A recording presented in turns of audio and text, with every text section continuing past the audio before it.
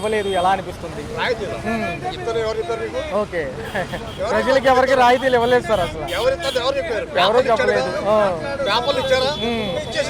Okay okay sir చూసుకుంటే నిన్న ఖచ్చితంగా చెప్పారు సార్, జమిలీ ఎన్నికలు 2027 వచ్చినప్పటికీ 2029కే సార్వత్రిక ఎన్నికలు అంటున్నారు. ఏదన్నా ఎలక్షన్ స్ట్రాటజీ అంటారు. ఒక పక్క జగన్ గారు వస్తామంటున్నారు ఒకవేళ గెలిస్తే మళ్ళీ. అనుమానం అక్కర్లేదు, జిల్లా ఓటు ఏక తప్పదు, మోసపోయిన ఓటు ఏక తప్పదు. ఇలాంటి చెత్త సన్యాసులు ఉన్నారుగా, ఇలాంటి అలాగే ఉంటుంది సార్. సంక్షేమానికి ఇంతవరకు 80%ని 40%కి కుదిస్తామని సగముఖంగా ఈయనే చెప్పారు. మరి పేద ప్రజలు నమ్మే అవకాశం ఉందా ఈసారి?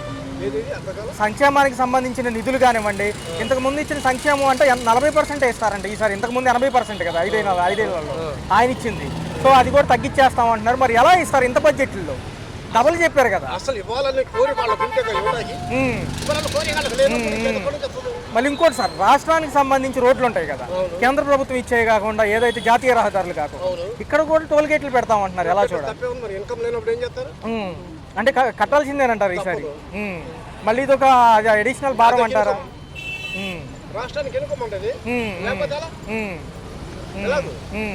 మరి ఏంటి సార్ పరిస్థితి? ఇంకో 10 ఏళ్ళు కూడా ఈయనే చంద్రబాబు గారు సీఎం అని పవన్ కళ్యాణ్ గారు అంటున్నారు.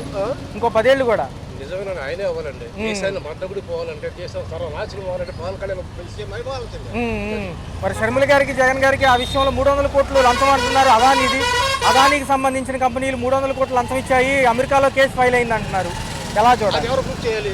సిబిఐ చేయాలి, ఈడీ చేయాలి, వాళ్ళు చేయాలి. వీళ్ళెవరు చేయడానికి, వీళ్ళెవరు మాట్లాడడానికి? మరి కేంద్రంలో ఆయనతో కలిసే ఉన్నాడుగా అదానీ గారు, మోడీ గారితో కలిసే ఉన్నారు కదా. మోడీ గారు చెప్పాలి. ఈడీ పంపుతున్న మాట మాటికి ఓటే మరి తిరుగుతుంటే ఈడీ లోపల ఉంటే ఈడీ వాళ్ళని ఈడీ అన్నాడుగా. ఎందుకు రాడు మోడీ? ఓకే లేదు. మరి ఎలా ఉంది సార్ గ్రామీణాభివృద్ధికి ఉప ముఖ్యమంత్రి గారు ఏం చేయబోతున్నారు? 16,000 కోట్లు ఇచ్చారు కదా మన బడ్జెట్ లో. ఇచ్చారన్నారు, ఇవ్వలేదు. ఇస్తారు, ఇస్తాలేదు తెలియదు. నమ్మకం ఉందంటే మీకు ఇస్తారని నమ్మకం లేదు.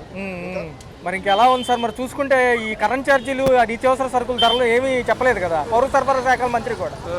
ఎలా ఉందనిపించింది? పెంచమని చెప్పారు, మాటకు చెప్పారు. ఓకే, ఇంకా అంతేనంటారు అయితే. Okay sir, okay. మరి ఉద్యోగ కల్పన హైకోర్టు బెంచ్ గురించి కూడా అన్నారు కదా, హైకోర్టు బెంచ్ గురించి, కర్నూలు గురించి కూడా మాట్లాడారు. మరి అదేమైనా అవుతుందా? నాకు తెలిసి అక్కడ కర్నూలు ఏం పెట్టరు. కర్నూలు బాగా చేయడం కోరిక వీళ్ళకి ఉండాలిగా. అసలు మనకి రాజధాని ఏది? కర్నూలేగా. మీరు ఎక్కడ తీసుకొచ్చిపెట్టారు? హైదరాబాద్ తీసుకొచ్చిపెట్టారు.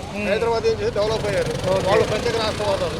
ఇప్పుడు మనం వాళ్ళు ప్రత్యేక రాష్ట్రం అంటారు. ఇచ్చేద్దాం. గతంలో నిర్వీర్యం చేసిన శాఖలకు కానీ డబ్బులకు కానీ ఆడిటింగ్ జరిగిద్ది, లెక్కలు బయటకు వస్తాయి అంటున్నాడు ఆయన చంద్రబాబు గారు మొన్న అసెంబ్లీ సమావేశంలో. అంతే కదా లెక్కలు. లెక్కలు చేసే దమ్ము 6 నెలలు ఎందుకు పెడతాడు బడ్జెట్? లెక్కలు చేసే దమ్ము ఉంటే 6 నెలలకు ఎందుకు పడతాడు బడ్జెట్? బడ్జెట్ అంతేలేండి సార్, వచ్చే ఆర్థిక సంవత్సరం వరకే. ఇంకెన్నాళ్ళు 6 నెలలు ఉచిత బస్ ఏది? 1500 1500 కష్టమేనంటారు అయితే. ఉచిత గ్యాస్ ఎవరికి ఇచ్చాడు?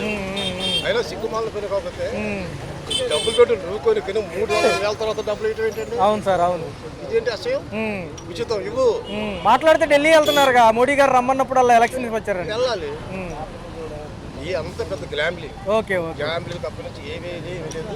వాళ్ళు వస్తారు గ్లాంబ్లింగ్ రాష్ట్రం. ఓకే, గ్లాంబ్లింగ్ జరుగుతుంది. చెత్త సన్యాసి చెత్త మాట్లాడుతూ ఉంటారు.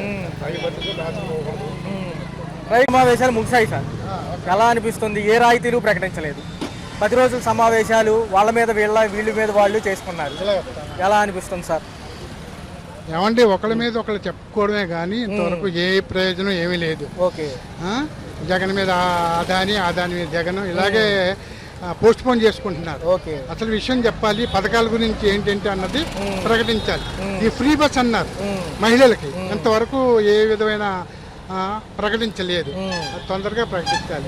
తర్వాత ఈ ట్రూ ఆఫ్ చార్జెస్ ఎలక్ట్రిసిటీ అది కూడా తొందరలో గవర్నమెంట్ ఖాతాలు వేసుకోవాలి, ప్రజల మీద భారం లేకుండా. అదండి సార్. చూసుకున్నట్లయితే గ్రామీణకు సంబంధించిన రోడ్లకు కూడా టోల్ గేట్లు అంటున్నారు. అసలు ఏంటి వ్యవస్థ ఎలా వెళ్ళబోతుంది? గతంలో సీసీ రోడ్లు వేసిన కేంద్రమే కదా.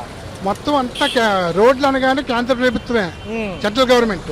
కానీ అది మరి టోల్ గేట్లు అన్నది మాత్రం అన్యాయం. ఈయన ముఖ్యమంత్రిగా ఉండాలని ఈయన అంటున్నారు. అవును, ఎవరో ఉప ముఖ్యమంత్రి గారు నిన్న సమావేశం ముగిసే సమయంలో. 10 సంవత్సరాలు మళ్ళీ చంద్రబాబు నాయుడు గారు అని ముఖ్యమంత్రి కళ్యాణ్ గారు అన్నారు. అది మాకు ఇలాగ డెవలప్మెంట్ చేస్తుంటే మాకు 10 ఏళ్ళు కాదు 15 ఏళ్ళు కూడా ఆయనే ఉంటారని మా ఆకాంక్ష. జగన్మోహన్ రెడ్డి గారి పైన అదానీకి సంబంధించిన కేసు అమెరికాలో రిజిస్టర్ అయిందంటున్నారు. ఈ 300 కోట్లు లంచం అంటున్నారు. పైన కేంద్రం వాళ్ళు బాగానే ఉన్నారు కదా సార్, చేద్దామని చూస్తున్నారు. కానీ పార్టీలకి అవసరమైనప్పుడు ఫండ్ ఇచ్చేది వాళ్ళే. కేంద్రం బాగానే ఉంది కదా సార్. అవునండి, వాళ్ళ సొంత చెల్లెలే షర్మిల గారే మన జగన్మోహన్ రెడ్డి గారి మీద అపనిందలు వేస్తున్నారు. అది నిజమో కాదో అన్నది క్రమేణా తేల్చవలసి ఉంది. అది ఇంతట్లో ఏమీ తేలదు, పబ్లిసిటీ మాత్రం ఉంది. బడ్జెట్ సమావేశాలు ముగిసిపోయాయి. ఒక పక్క రాయితీలు ఏం ప్రకటించలేదు, ఏమీ లేదు. ఏది పౌర సరఫరా శాఖ మంత్రి కూడా ఏం మాట్లాడలేదు. ఎంతసేపు వీళ్ళ మీద వాళ్ళ మీద వీళ్ళ మీద చెప్పుకున్నారు. సభలు అయిపోయింది. మరి ఏంటి సార్ రేపు పార్లమెంట్ సమావేశాల్లో అన్న ఏమన్నా జరుగుతుందా? పార్లమెంట్ సమావేశంలో తొందరలో సమావేశం అవుతాయి. 25 వరకు ఉందండి పార్లమెంట్. అది తొందరలోనే అందులో మనకు కొన్ని రాయితీలు ప్రకటించవచ్చు. ఈ పక్క గృహాలు దానికి సంబంధించినవి. అది సరే, అంతవరకు కూడా ఏవి రౌండ్ ఫిగర్ చేసినా కేంద్రం ఇచ్చే వాటితో కలుపుకునే ఈ సమావేశంలో చెప్పారు తప్ప వీళ్ళు ఇండివిజువల్ గా ఇచ్చే లెక్కలన్నీ తారుమారు అయిపోయాయి. ఎందుకంటారు? వీళ్ళ తొందరలో మరి ప్రకటించాలి. అంత సెంట్రల్ మీదే ఆధారపడిపోయారు. అంతే, ఖజానా నిల్లు, ఖజానాలో డబ్బు లేదు. దానికోసం తొందరలో మరి వీళ్ళు కూడా సెంట్రల్కి వెళ్ళి మోడీ గారిని అడిగి ఫండ్స్ తెచ్చుకోవాలి. తెచ్చుకుని వాళ్ళ రాయితీలు ఇవ్వాలని చూస్తున్నారు. వాలంటీర్లు సమ్మెబాటు పట్టడానికి సిద్ధంగా ఉన్నారు. క్రమంగా వాళ్ళు కూడా సమ్మెకు వెళ్తామంటున్నారు. ఎలా చూడాలి? ఏమండి, ఈవేళ పేపర్లు వేశారు వాలంటీర్లు. మాకు 10,000 ఇస్తానన్నారు చంద్రబాబు నాయుడు గారు, మమ్మల్ని తీసుకోండి అని. మరి అది ఎంతవరకు అవుతుందో మరి ఆలోచిస్తున్నారు. దాని గురించి కూడా హైకోర్టు బెంచ్ గురించి మాట్లాడుతున్నారు కర్నూలులో. మరి ఏమంటారు దాని గురించి? కర్నూలులో ఎంతకు ముందు ఉన్నదేనండి, ఉన్నదాన్నే ప్రకటిస్తున్నారు. తొందరలో కర్నూలులో ఇస్తారు, ఇచ్చే తీరుతారు. అది అందరికీ మంచిదే. రాబోయే కాలంలో అభివృద్ధికి 4 ఏళ్లు పరిమితిగా పెట్టుకుని వెళ్తామంటున్నారు. కేంద్రం సపోర్ట్ ఉంది కాబట్టి ఈసారన్నా పోలవరం అమరావతి గట్టెక్కిద్దా? రావండి. ఏ అంటే అమరావతి, పి అంటే పోలవరం. ఈ రెండు చంద్రబాబు నాయుడు గారు, పవన్ కళ్యాణ్ గారు తొందరలో గట్టెక్కిస్తారు. ఎందుకంటారా, సెంట్రల్ ఫండ్స్ ఇస్తా అన్నారు. ఆల్రెడీ ఫండ్స్ ఇస్తున్నారు, కొద్దిగా ఇచ్చారు 15,000 కోట్లు. అదొకటి, ఈ మెట్రో తోటి ఇవన్నీ తొందరలో అవుతాయని మా ఆకాంక్ష. ఇక్కడ విజయవాడ రైల్వే కొత్త లైన్ కారిడార్ తో సహా విశాఖపట్నానికి అభివృద్ధితో కూడుకుని అత్యంత వ్యయంతో కూడుకున్న బడ్జెట్లు త్వరలో రాబోతున్నాయి అంటున్నారు. మరి ఇవన్నీ చూసుకున్నట్లయితే 20 లక్షల ఉద్యోగ కల్పన, ఒక పక్క డిఎస్సి నోటిఫికేషన్ సంబంధించి ఇంకా ప్రకటన రాలేదు. దాని గురించి ఏమంటారు? ఉపాధ్యాయులు 20 లక్షల ఉద్యోగాలు అంటే అంత తొందరగా రావు, మామూలు విషయం కాదు. మనకి పెద్ద పెద్ద కంపెనీలు ఇవ్వాలి, వాళ్ళకి రాయితీలు ఇవ్వాలి. ఇస్తే అప్పుడు మనకు తొందరలో టైం పడుతుంది. అందుకని వెయిట్ చేయాలి మనం. అది కూడా సార్, మరి మహారాష్ట్ర ఎన్నికల రిజల్ట్ ఈ రోజే ఎలా ఉండబోతుంది? ఏమండి, ఎగ్జిట్ పోల్స్ మాత్రం అంతా బీజేపీ మీద చూపెడుతుంది. ఆ ఫలితాలు వచ్చే వరకు మనం నమ్మలేం. కేంద్ర ప్రభుత్వం చెప్పిన ఈ జమిలీ ఎన్నిక 2027 ఉన్నప్పటికీ 2029లోనే సార్వత్రిక ఎన్నికలని నిన్న క్లియర్ కట్ గా చెప్పారు. ఏమనిపిస్తుంది? 2029కి జమిలీ గ్యారంటీగా వస్తాయి. మోడీ గారు చెప్పారంటే అది ఖచ్చితంగా పని అవుతుందని మా ఆకాంక్ష. జగన్మోహన్ రెడ్డి గారు కనుక నేను ఉండుంటే మొన్న ఈ అసెంబ్లీ సమావేశాల నిమిత్తం 4వ రోజు 5వ రోజు ప్రకటించారు. ఏదైతే ఉందో నేను ఈ పాటికి 2 పథకాలన్నా రిలీజ్ చేసేవాడిని అంటున్నారు. సంక్షేమానికి దూరంగా ఉన్నారు ప్రజలు. మరి ఈసారి ఏదన్నా అవసరం అయితే చెప్పడానికి వాలంటీర్లు కూడా లేరు. ఎలా సార్? జగన్మోహన్ రెడ్డి గారు దయచేసి మీరు అసెంబ్లీకి రావాలి. అసెంబ్లీకి రావాలంటే మైక్ ఇస్తలేదు అంటున్నారు. మీరు మైక్ తెచ్చుకోండి. మీరు ప్రజాప్రతినిధులు, మీరు వస్తేనే కదా ప్రజల గురించి న్యాయం చేసేది. దయచేసి మీరు రావాలని మా కోరిక. Right sir. రేట్లు ఉన్నాయి సార్ చెప్పండి సార్. రేట్లు ఉన్నాయి, ఇబ్బందులు ఉన్నాయి. పని వాళ్ళు పనులు లేవు, కూలి వాళ్ళకి వ్యాపారాలు లేవు. ఉచిత ఇసుక ఏమైనా దొరుకుతుందంటారా? ఉచిత ఇసుక దొరికినా కూడా అందుబాటులో లేదండి. బయట మార్కెట్ లో బ్యాగ్ బాగా అమ్ముతుంది. సార్, సంక్షేమానికి ఒక పక్క అన్ని శాఖలకి ప్రకటించిన ఇది ఏదైతే బడ్జెట్ ఉందో చాలా అరకొరకొంద ఉందని విశ్లేషకులు అంటున్నారు. ఎలా అనిపిస్తుంది? కొంత వాళ్ళు బయటకి బాగానే ఉన్నాయి కానీ బయట మాత్రం మరి విపరీతంగా ఉన్నాయి. అక్కడ బాగానే ఉంది మాటలు, ఇక్కడికి వచ్చినప్పుడు బయట ఆ అమలు జరగట్లే. ఒక పక్క చూసుకుంటే గ్రామాలకు సంబంధించి రోడ్ల వ్యవస్థ పునరుద్ధరించి టోల్గేట్లు పెడతామంటున్నారు. ఏది జాతీయ రహదారులుగా అనుసంధానించే ఇడ్లకి కూడా కొత్త విధానం రాబోతుంది. వాళ్ళ దాన్ని స్వాగతిస్తారా? పైలట్ ప్రాజెక్టుగా ఉభయ గోదావరి జిల్లాలో పెడదాం అనుకుంటున్నారు సార్. ఇట్లే ఇప్పుడు వ్యాపారాలు అన్ని సాగుతుంటే రూపాయి అన్నిటికి వదలగలరు. ఇక్కడ రూపాయికి కూలోడికి పని లేదు. మెయిన్ పని వాళ్ళకి పనులు లేవు. బతకడానికి రూపాయి లేదు. ఒక పక్క కరెంట్ ఛార్జీలు కూడా పెరిగాయి సార్. జగన్ ఉన్న ఒక రకంగా అయింది. ఇప్పుడు ఇక్కడ ఉన్నాడు అసలు లేదు పని, పూర్తిగా పోయింది. చేతిలో ఇచ్చి కూలోడు పనోడు ఎవరి వల్ల బతకట్లేదు. మరి ఆర్థిక బడ్జెట్ కి సంబంధించి ఏదైతే వచ్చే సంవత్సరం వరకు అంటున్నారు సార్, మరి ఇవన్నీ సరిపోతాయా? లోన్లు గీళ్ళు ఏమైనా పెడితే లేబర్ కి వర్కర్స్ కి బాగుంటుంది. Okay okay. ఎందుకంటే వాళ్ళు బతుకుతారు. ఏదైనా లోన్లు పెట్టుకొని వ్యాపారాలు చేయడానికి కూలోళ్ళు కానీ పనులు కానీ వ్యాపారం ఏదైనా చేయడానికి అవకాశం ఉంటుంది, కానీ ఇది అవకాశం లేదు. కేంద్ర సపోర్ట్ గట్టిగా ఉంది కాబట్టి పోలవరం అమరావతి అవుతాయి అంటారా? అయిపోతుంది, అది అవుద్ది, అది గ్యారెంటీ. మొన్న అసెంబ్లీ సమావేశాలు కూడా చెప్పడం జరిగింది, 4 ఏళ్ళు పరిమితిగా పెట్టుకుని డెవలప్మెంట్ వైపు వెళ్తామంటున్నారు. బాగుంటదండి, ఈ పరిపాలన చాలా బాగుంటది, కానీ మార్కెట్ లేదు సరిగ్గా. ఆయనే చెడదించాడు. ఈ రోజు బాగు చేయాలని లేటు పడతాం, అవకాశం ఇప్పుడు లేటు పడతాం. అంతేగాని ఈయన చెడగొట్టాడు అనుకోండి, ఆయన పూర్తి చెడగొట్టాడు. ఈ రోజు మహారాష్ట్ర ఎన్నికల రిజల్ట్స్ రాబోతున్నాయి. ఒక పక్క చూసుకుంటే ఈయన అత్యంత సన్నిహితంగా పవన్ కళ్యాణ్ గారు కొంటున్నారు మోడీ గారు, ఎలా అనిపిస్తుంది? పవన్ కళ్యాణ్ బాగా చేస్తాడు, ఏదైనా పద్ధతిగా ఆయనకైనా బయట పడితే పట్టుకొని వదలడు. అంటే గ్రామీణాభివృద్ధి శాఖకు సంబంధించి 16,000 కోట్లు ఈయన వెచ్చించారు, కానీ మరి ఈ శాఖ కింద ఈ రోడ్ల వ్యవస్థ రాదంటారా? వస్తుందండి, రోడ్ల వ్యవస్థ బాగా చేస్తారు. గతంలో సీసీ రోడ్లు వేసింది కేంద్ర ప్రభుత్వమే కదా. అవును, వీళ్ళే మార్కెట్ ఉన్నారు, కానీ ఆ రోజుల్లో కూడా ఆయన ఏం చేయలేదు. కొద్దిగా సర్దుకోవాలని చాలా కష్టం. కొత్త ఇంట్లోకి వెళ్తే ఎలా సర్దుకోవాలి, అలాగే రాష్ట్రాన్ని సర్దుకోవాలని చాలా కష్టం. ఉద్యోగ కల్పన 20 లక్షలు అంటున్నారు సార్ యువతకి, ఈసారన్నా కొంచెం ముందు అంజుగా వెళ్తాదంట. వెళ్తాదండి, కొంచెం పర్లేదు, ఈయన చేస్తాడు, చాలా బాగా చేస్తాడు. సార్ కర్నూలు హైకోర్టు బెంచ్ గురించి మళ్ళీ కొన్ని వాదనలు వస్తున్నాయి, అవుతుందంటారా? అది కూడా అవుతుంది, పని అవుతుంది, గ్యారెంటీ. ఎంతమంది ఉన్నా ఆయన ఆగడండి, ఆయన అనుకునే పనులు సహకరిస్తాయి. 2027కి జమిలీ ఎలక్షన్స్ అంటున్న మోడీ గారు ఉన్నప్పటికీ రాష్ట్రంలో మటుకు 2029కి సార్వత్రిక ఎన్నికలని చంద్రబాబు గారు అంటారు. అవునవును, అది కొద్ది బాగానే ఉంటది అండి, లైన్ బాగుంటది. ఎందుకంటే చంద్రబాబు నాయుడు చెప్పింది ఏ మాటకు కూడా తిరగలేదు. ఆయన పెద్ద తలకాయకు పెద్ద ఆలోచన మంచిది. అంటే సంక్షేమ పథకాలు చాలా బడ్జెట్లు ఉన్నాయి, డబుల్ బడ్జెట్లు పెట్టారు, ప్రతి విద్యార్థికి డబ్బులు అంటున్నారు, రూపాయి వదలట్లేదుగా. ముందర మైకాలో చెప్తారు, బయటికి రావట్లే.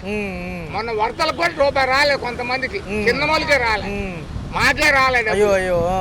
మరి ఎవరు చెప్పుకో ఇచ్చేస్తాం డబ్బులు అంటే ఈ వ్యవస్థకు సంబంధించి వాలంటీర్లు ఉండేవాళ్ళు వాళ్ళు తీసేశారు. మరి వాళ్ళు తీసేసినా సరే వీళ్ళు తెలుసుకోవాలి, సచివాలయం స్టాఫ్ కి అంత అవగాహన అంటే వాళ్ళు తెలుసుకోవాలి, వాళ్ళ ఉద్యోగాలు డబ్బులు. అవును, కష్టపడ్డాము, ఎవరైనా ఆటోలు మునిగిపోయినాయి, బైకులు మునిగిపోయినాయి, కొంతమంది డబ్బులు రాలే, వాళ్ళకి డబ్బులు లేక నాన్న అవస్థ పడుతున్నారు, ఎవరైనా ఒకటే.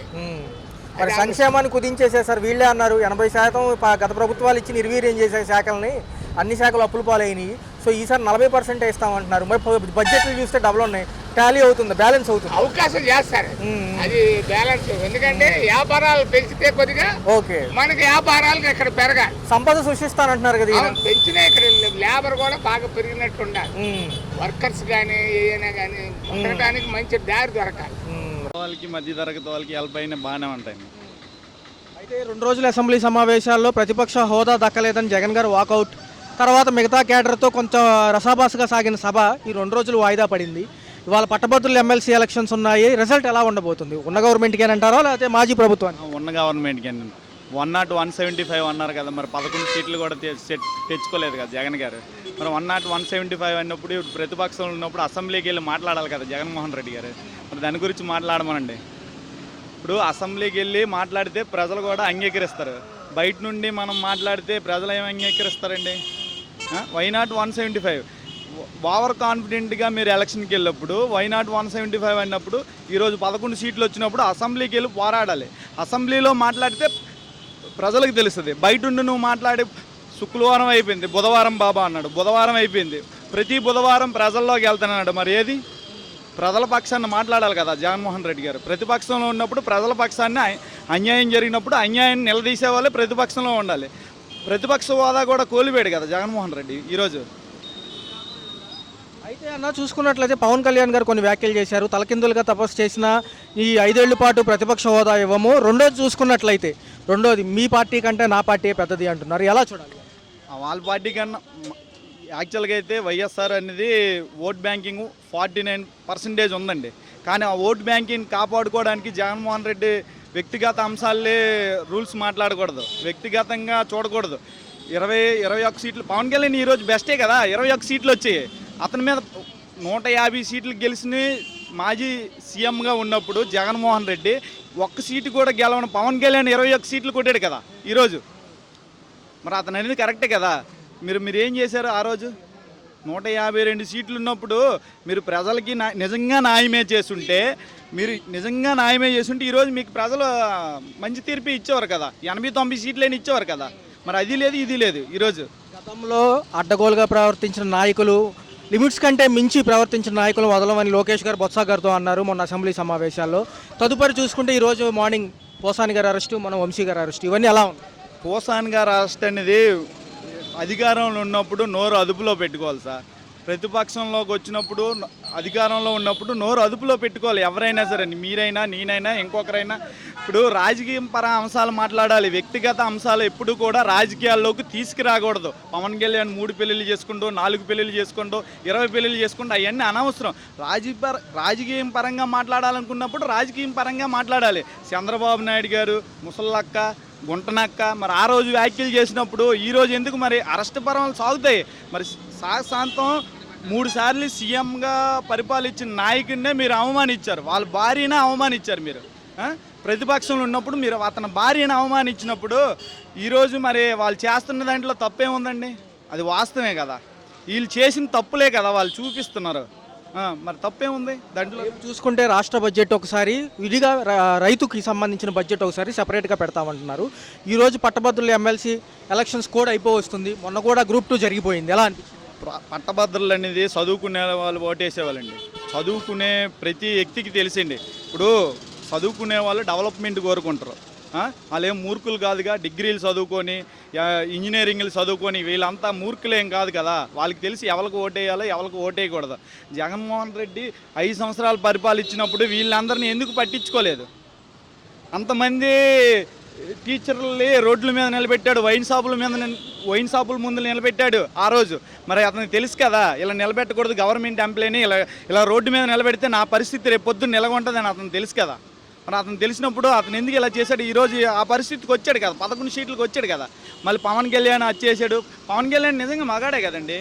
ఈరోజు రాష్ట్ర బడ్జెట్లో కీలక పాత్ర పోషిస్తాడు పవన్ కళ్యాణ్ అనేవాడు. అవునా కదా?